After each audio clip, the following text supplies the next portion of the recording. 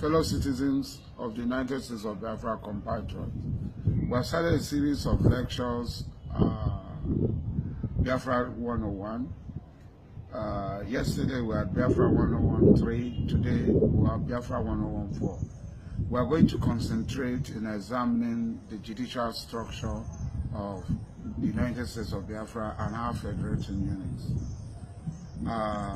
The administration of law is a foundation on which any genuine and striving democracy lies. And that is why in most countries, in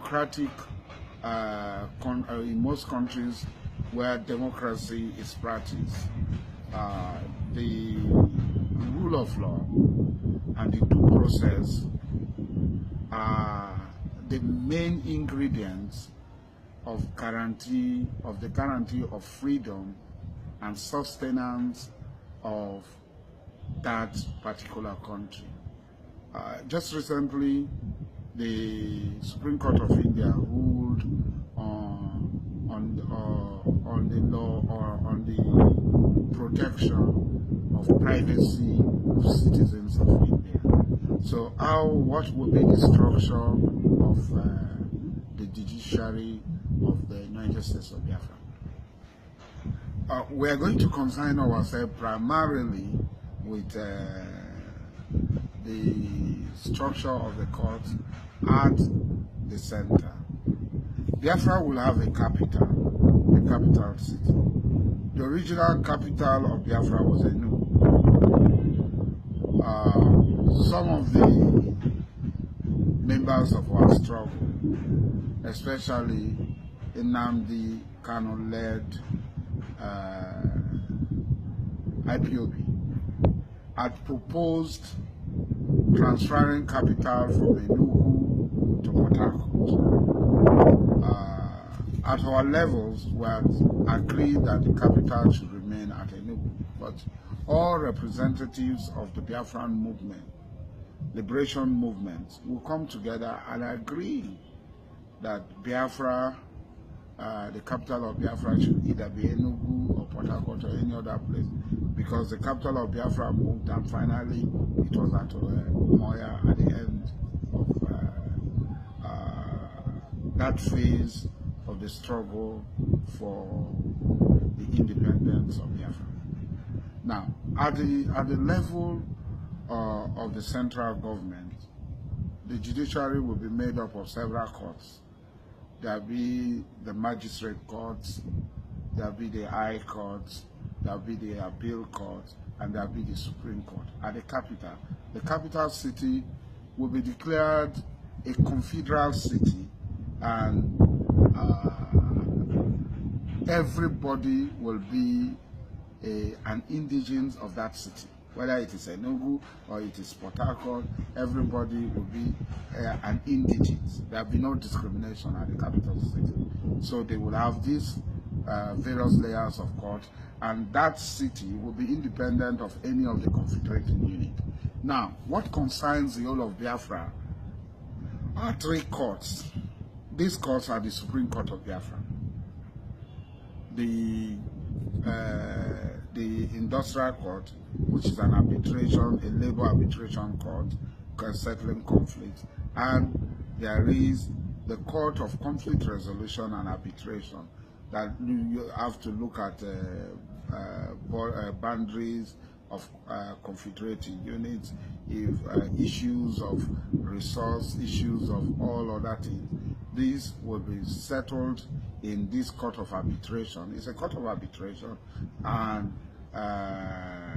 reconciliation, where it is primarily among a court for the confederating states, and an appeal from that court will go to the Supreme Court if the court had taken a decision and the confederating units are not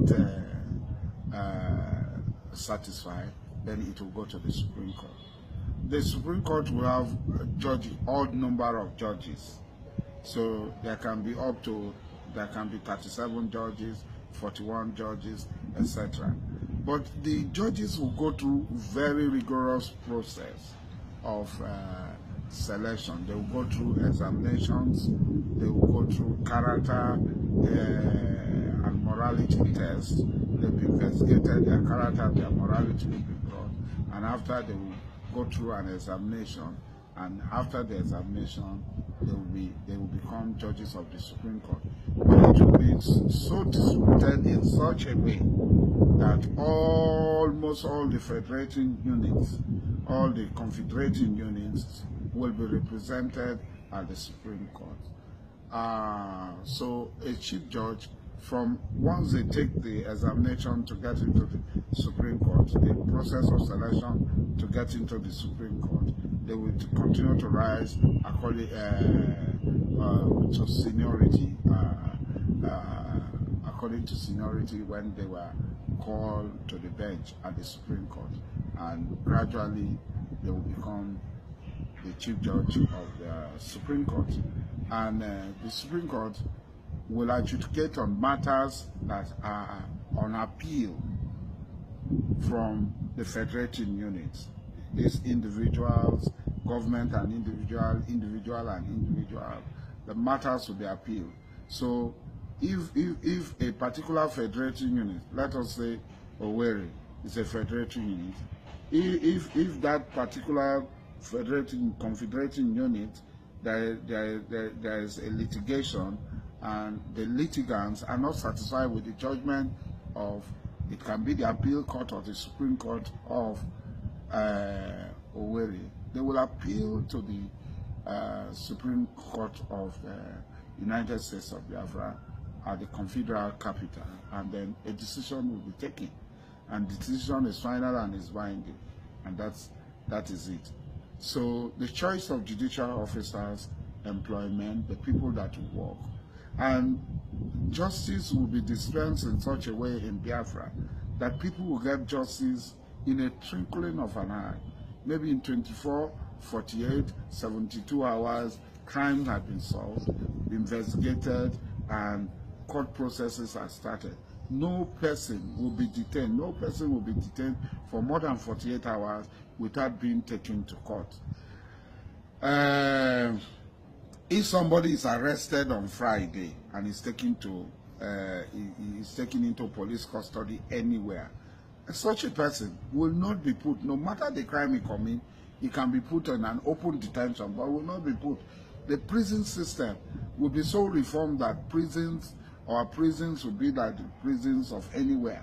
Prisons that are clean, prisons that are conducive, prisons that are reformatory.